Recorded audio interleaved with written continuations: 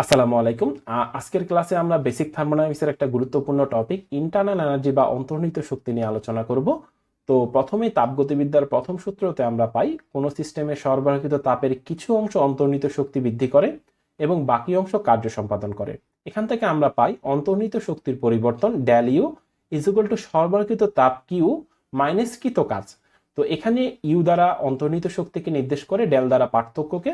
তার মানে অন্তর্নিহিত শক্তি বৃদ্ধি বা হ্রাস পাবে ওই সিস্টেমে সরবরাহিত তাপ ও কৃত কাজের বিয়োগফল থেকে। তো এখানে আমরা একটা চিত্র দেখতে পাচ্ছি যেখানে একটা পিস্টন সিলিন্ডার রয়েছে যার মাঝে কিছু গ্যাস রয়েছে। তুমি যদি এই গ্যাসে তাপ সরবরাহ করো তাহলে এই পিস্টনটা উপরের দিকে উঠে যাবে, অর্থাৎ পিস্টনের সরণ হয়েছে, যার ফলে আমরা গ্যাস থেকে কিছু কাজ পাবো। ওই সরবরাহিত তাপ এই কাজটাকে যদি বিয়োগ করো তাহলে আমরা অন্তর্নিহিত শক্তির পরিবর্তন বের করতে পারবো। অন্তর্নিহিত শক্তি নিয়ে বিজ্ঞানী জুল সর্বপ্রথম মতবাদ দেন। তার মতে অন্তর্নিহিত শক্তি হচ্ছে বস্তুর মধ্যে থাকা অণুগুলোর গতিশক্তি যা তাপমাত্রা বৃদ্ধি পেলে বৃদ্ধি পায় এবং তাপমাত্রা হ্রাস পেলে হ্রাস পায়, কিন্তু আয়তন বা চাপ দ্বারা প্রভাবিত হয় না। এখান থেকে আমরা দুইটা জিনিস পাই। প্রথমটা হচ্ছে অন্তর্নিহিত শক্তির কণাগুলো গতির কারণে হয়, অর্থাৎ অন্তর্নিহিত শক্তি হচ্ছে ইন্টারমলিকুলার মুভমেন্ট। এবং একটা সূত্র পাই অন্তর্নিহিত শক্তির পরিবর্তন এমসিবি টি টু মাইনাস টি ওয়ান। এই যে এমসিবি টি টু মাইনাস টি ওয়ান অন্তর্নিহিত শক্তির পরিবর্তনের যে সূত্রটা, সেটা কনস্ট্যান্ট ভলিউম প্রসেসকে ডেরিভেশন করে মূলত আনা হয়েছে। কিন্তু এখান থেকেও কিন্তু জুলের মতবাদটা প্রমাণ পায়।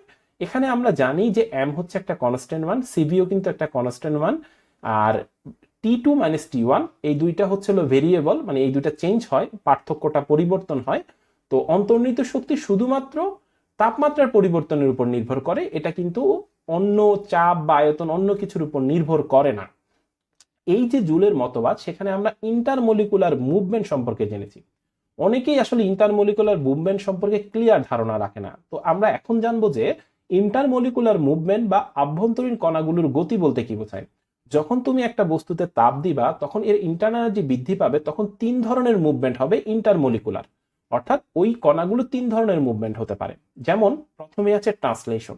ট্রান্সলেশন মানে কণাগুলো এক স্থান থেকে আরেক স্থানে চলে যাবে। এরপর রয়েছে রোটেশনাল। রোটেশনাল মানে ওই কণাগুলো নিজ জায়গায় থেকে ঘুরতে থাকবে। এরপর আছে ভাইব্রেশনাল। ভাইব্রেশনাল মানে ওই কণাগুলো নিজ স্থানে কাঁপতে থাকবে। এই তিন ধরনের মুভমেন্টের সমন্বয়ে কিন্তু ইন্টারনাল এনার্জি হয়।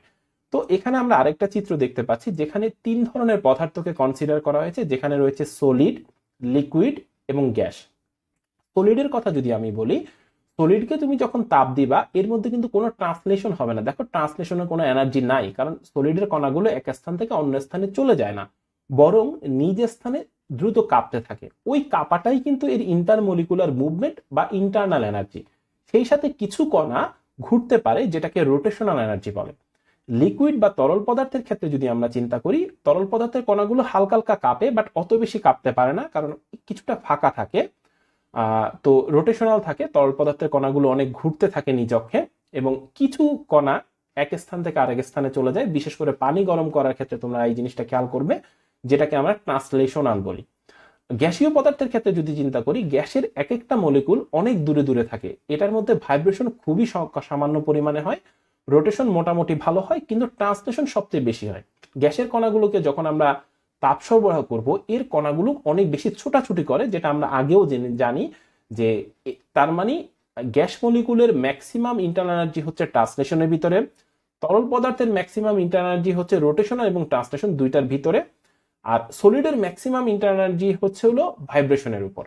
তার মানে এই তিন ধরনের পদার্থের ইন্টারনাল এনার্জি বা ইন্টারমলিকুলার মুভমেন্ট তোমরা এখন বুঝতে পেরেছ। এই যে এতক্ষণ আমরা যা পড়লাম, সেখান থেকে আমরা কয়েকটা জিনিস ফাইন্ড আউট করতে পারি। যেমন কোনো বস্তুতে তাপ দিলে এর অণুগুলোর গতিশক্তি বৃদ্ধি পায়। গতিশক্তি কিন্তু তিন ধরনের হতে পারে, শুধু এক স্থান থেকে আরেক স্থানে গেলেই কিন্তু না, সেখানে কম্পনও হতে পারে।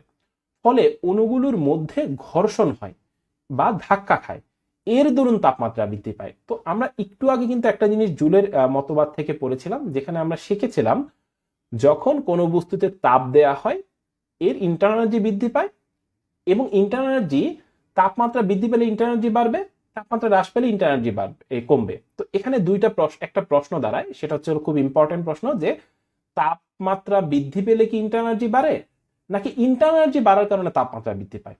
মানে কথাটা কিন্তু খুবই ছোট বা গুরুত্বপূর্ণ। সেটা হচ্ছে ইন্টারনাল এনার্জি বাড়লে কি তাপমাত্রা বাড়ে, নাকি তাপমাত্রা বাড়লে ইন্টারনাল এনার্জি বাড়ে? উত্তরটা হচ্ছে ইন্টারনাল এনার্জি বাড়ার পরে কিন্তু তাপমাত্রা বাড়ে। আমি যদি আরেকটু এক্সপ্লেন করার চেষ্টা করি, সেটা হচ্ছে যখন তুমি কোনো বস্তুতে তাপ সরবরাহ করবা, আমরা জানি বস্তুগুলা একসাথে লেগে থাকার কারণ হচ্ছে আন্তঃআণবিক শক্তি। যখন তুমি কোনো বস্তুতে তাপ সরবরাহ করবা, ওর আন্তঃআণবিক শক্তি কমে যায়, তখন বস্তুটা কিছুটা ফাঁকা হয়ে যায়। ওই যে ফাঁকা হচ্ছে, সেখানে সেটা মুভমেন্ট হয়। ওই মুভমেন্টের কারণে একটা বস্তু আরেকটা বস্তু ধাক্কা লাগে, ঘর্ষণ হয়, এর ফলে টেম্পারেচার বাড়ে। অর্থাৎ তাপ সরবরাহ করলে ইন্টারনাল এনার্জি বাড়বে। ইন্টারনাল এনার্জি মূলত ইন্টারমলিকুলার মুভমেন্ট। ইন্টারমলিকুলার মুভমেন্টের ধাক্কা এবং ঘর্ষণের কারণে তাপমাত্রা বৃদ্ধি পাবে।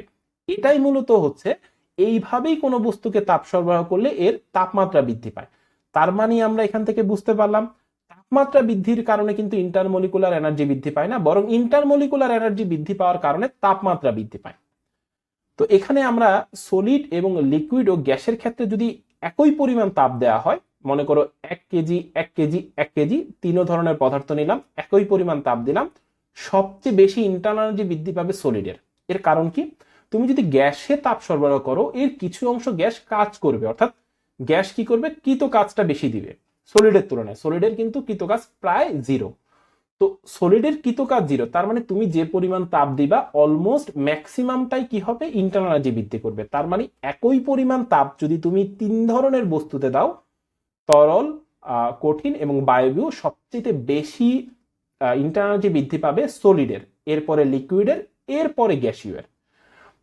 এখান থেকে আরেকটা জিনিস আছে, পরম ইন্টারনাল এনার্জি তুমি কখনো নির্ণয় করতে পারবে না। অর্থাৎ একটা বস্তুর ভিতরে অ্যাকচুয়ালি ইন্টারনাল এনার্জি কতটুকু আছে সেটা তুমি কখনোই বের করতে পারবে না, তুমি শুধুমাত্র পার্থক্য বের করতে পারবা।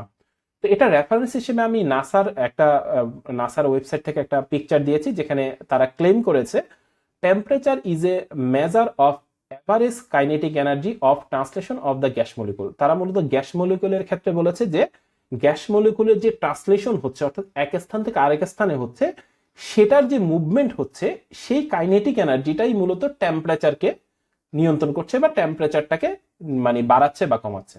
তার মানে তারা কিন্তু স্পেসিফিকলি বলে দিয়েছে যে মুভমেন্টের কারণে টেম্পারেচার বাড়ে বা কমে, টেম্পারেচার বাড়ার কারণে মুভমেন্টটা হচ্ছে না।